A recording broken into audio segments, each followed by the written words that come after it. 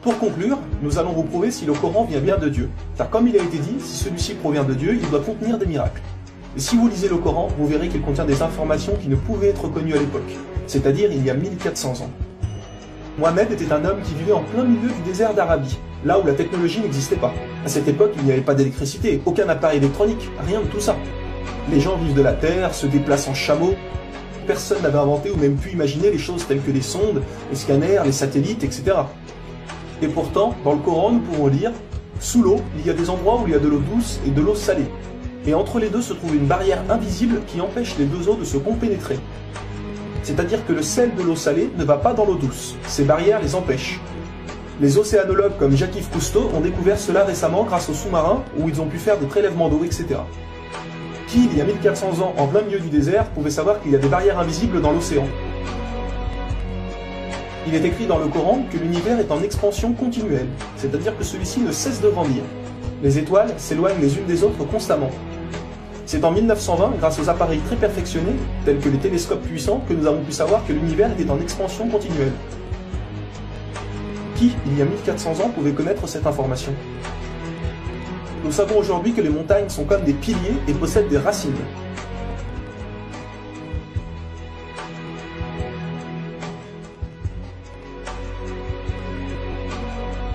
Sans les montagnes, il y aurait très fréquemment des tremblements de terre. Nous savons grâce aux récentes découvertes qu'elles servent à la stabilisation de l'écorce terrestre. Qui, une nouvelle fois, il y a 1400 ans, pouvait savoir que les montagnes étaient ancrées comme des piliers et que ceux-ci servaient à la stabilisation de l'écorce terrestre? Il est écrit dans le Coran que Dieu a créé les 7 cieux et la terre par le même nombre, c'est-à-dire 7. Nous connaissons aujourd'hui, grâce aux sondes qui vont sous terre, que la planète possède 7 couches terrestres. Le noyau interne solide, le noyau externe liquide, la couche D, le manteau inférieur, puis le manteau intermédiaire, le manteau supérieur et la lithosphère. Qui, il y a 1400 ans en plein milieu du désert, pouvait savoir que la Terre possédait 7 couches? Il était impossible de connaître cela sans la technologie récente. Il est aussi mentionné que les plantes ont des sexes, mâles et femelles. La découverte de la sexualité des plantes fut réalisée par Rudolf Jacob Comnenarius entre 1660 et 1720. Le Coran explique étape par étape l'embryologie, c'est-à-dire comment un enfant se développe dans le ventre de sa mère. Le professeur Kate Moore, qui a aussi le prix Nobel au Canada de l'embryologie, a confirmé que cela se passait exactement comme indiqué dans le Coran, et a affirmé que ces faits ne pouvaient être connus d'il y a 1400 ans, et que par conséquent, ces informations avaient été révélées à Mohammed par Dieu. Un exemple, le Coran explique qu'à un moment, le fœtus a la forme d'une sangsue dans le ventre de sa mère. Et si on regarde des images des scanners, nous nous rendons compte que l'embryon a exactement la forme d'une sangsue et qu'il s'accroche à une paroi du corps comme le fait une sangsue. Le mot le plus adapté pour décrire cela est sangsue. Vous voyez comment les versets coraniques s'accordent parfaitement avec la science d'aujourd'hui? Pour savoir cela, il a fallu attendre l'arrivée de scanners, de caméras, etc. Qui, il y a 1400 ans, pouvait décrire en détail les étapes de l'embryologie? Pour ceux qui pensent que le Coran copie certaines civilisations, il faut savoir que certaines personnes auparavant avaient fait des suppositions et avaient pensé des choses qui se sont révélées vraies, mais ont aussi fait énormément d'erreurs, et que soi-disant le Coran les avait copiées. Donc par exemple, si vous prenez un mauvais élève qui copie sur un bon élève, si le bon élève a 18 sur 20, est-ce que le mauvais élève va avoir 20 sur 20? Non, bien sûr que non, car le mauvais élève aura copié les bonnes comme les mauvaises réponses, donc il aura aussi 18 sur 20. Alors si soi-disant le Coran copie les civilisations ou peu importe, comment se fait-il que le Coran extrait le vrai du faux? De plus que ces quelques civilisations ne faisaient que des suppositions. Or Mohammed affirme être sûr de tout ce qu'il dit. Le Coran contient plus de 500 versets dus à la science, sans aucune erreur ou contradiction. Et la technologie d'aujourd'hui ne vient pas contredire, mais confirmer tous les versets un par un du Coran.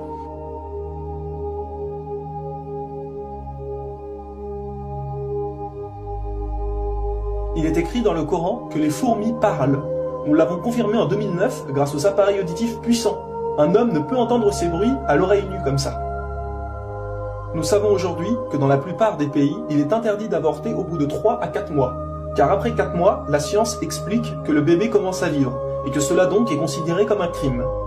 En islam, il est dit que Dieu insuffle l'âme dans le corps du bébé au bout de 120 jours, donc 4 mois. Comme par hasard au même moment que quand la science démontre que c'est à cette période que la vie du fœtus commence. Pour savoir que la vie du bébé commence à 4 mois, il a fallu attendre une nouvelle fois l'arrivée de scanners, IRM, caméras miniatures, etc. Qui, il y a 1400 ans, pouvait savoir que le bébé commençait à vivre au bout de 4 mois?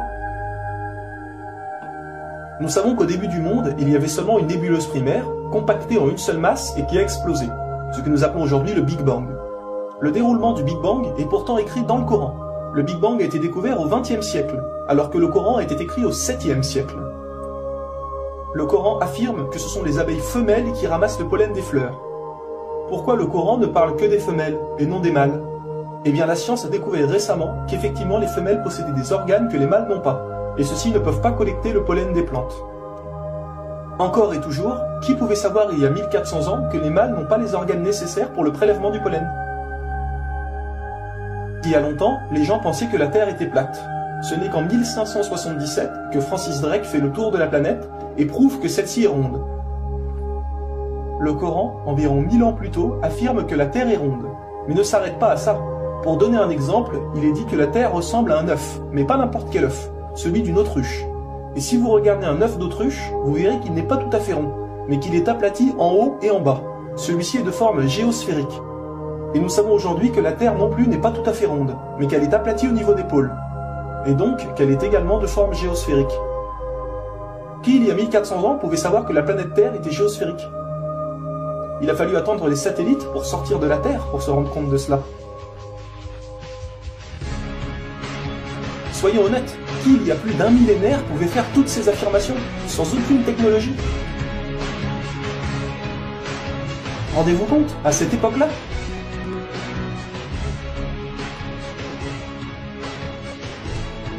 Et soyez conscients que je n'ai donné que quelques exemples. Il y a plus de 500 versets qui parlent de science sans aucune erreur. Le Coran parle d'astronomie, de biologie, de physique, de géologie, etc. Ça ne s'arrête pas là. Le Coran ne comprend pas seulement des miracles scientifiques, mais des miracles linguistiques ou numériques. Par exemple, le mot terre apparaît 13 fois dans le Coran, et le mot mer apparaît 32 fois. Additionnez 13 plus 32, cela vous donne 45. Si l'on met cela en pourcentage, 32 fois le mot mer sur 45 donne 71%. Et c'est exactement le pourcentage que la mer recouvre sur la surface de la Terre. La mer recouvre 71% de la surface de la planète. Et 13 sur 45 donne 29%. Et c'est exactement le pourcentage que représente la Terre sur la surface de la planète. Croyez-vous vraiment que cela vient du hasard? Le mot paradis apparaît 77 fois. Et devinez quoi? Le mot enfer apparaît aussi 77 fois. Le mot foi apparaît 25 fois. Le mot mécréance apparaît 25 fois. Le mot dunya, qui signifie le monde d'ici-bas, apparaît 115 fois. Akira, qui signifie le monde de l'au-delà, apparaît 115 fois. Le mot ange, 88 fois. Le mot diable, 88 fois. Les hommes, 23 fois. Les femmes, 23 fois. La vie, 145 fois. La mort, 145 fois. Bonne œuvre, 167 fois. Les péchés, 167 fois. Les 7 cieux apparaissent 7 fois. Et il y a encore plein et plein d'autres exemples.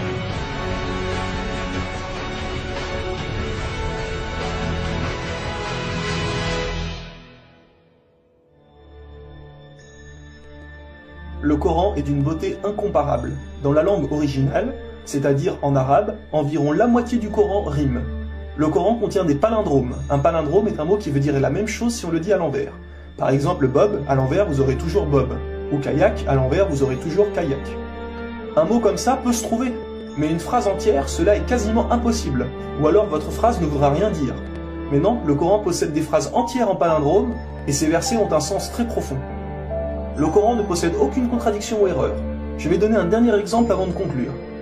Vous allez vous rendre compte de l'extraordinaire précision du choix des mots. Dans un verset, Dieu dit qu'il n'a pas doté l'homme de 2 cœurs. Pourtant, un peu plus loin, Dieu parle aussi des femmes. Alors pourquoi il ne dit pas « je n'ai pas doté l'être humain de 2 cœurs » ?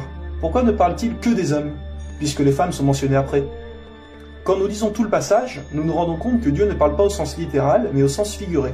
Il explique que l'homme ne peut pas être croyant ou non-croyant, c'est l'un ou l'autre, les deux ne peuvent pas coexister. Ou on a la foi, ou on l'a pas. Mais si nous prenons ce verset au sens littéral, est-ce vrai? Oui, bien sûr, l'homme ne possède qu'un seul cœur. Mais pour les femmes, elles peuvent être enceintes, n'est-ce pas? Et quand elles sont enceintes, combien de cœurs possèdent-elles? Vous vous rendez compte de ça? Si Dieu avait mis l'être humain au lieu du mot homme, un petit malin aurait pu dire « Hé, il y a une contradiction. Si on prend cette phrase au sens littéral, la femme peut avoir 2 cœurs quand elle est enceinte. » Mais non, même au sens littéral, cette critique est impossible. Que ce soit au sens littéral ou figuré, le Coran est inattaquable. Rendez-vous compte de la précision des mots. Il y a encore plein d'autres choses, mais cela prendrait énormément de temps de tout mentionner. Si cela vous intéresse, il existe de nombreuses conférences réalisées par des savants qui ont été filmées et qu'on peut trouver sur internet, telles que la parole divine de Nouman Ali Khan. Vous avez bien la preuve que le Coran ne peut que venir de Dieu et non d'un être humain. Comment se fait-il que la technologie d'aujourd'hui, la plus développée qui soit, ne puisse créer un seul animal ou plante? Ce que Dieu a créé, nous sommes incapables de le réaliser. Tout ce que nous construisons ne sont rien en réalité face à la nature. Dieu dit dans le Coran, pour ceux qui recherchent des preuves, regardez autour de vous, regardez la nature, l'être humain, l'eau, le soleil. Il y a là des preuves pour ceux qui réfléchissent.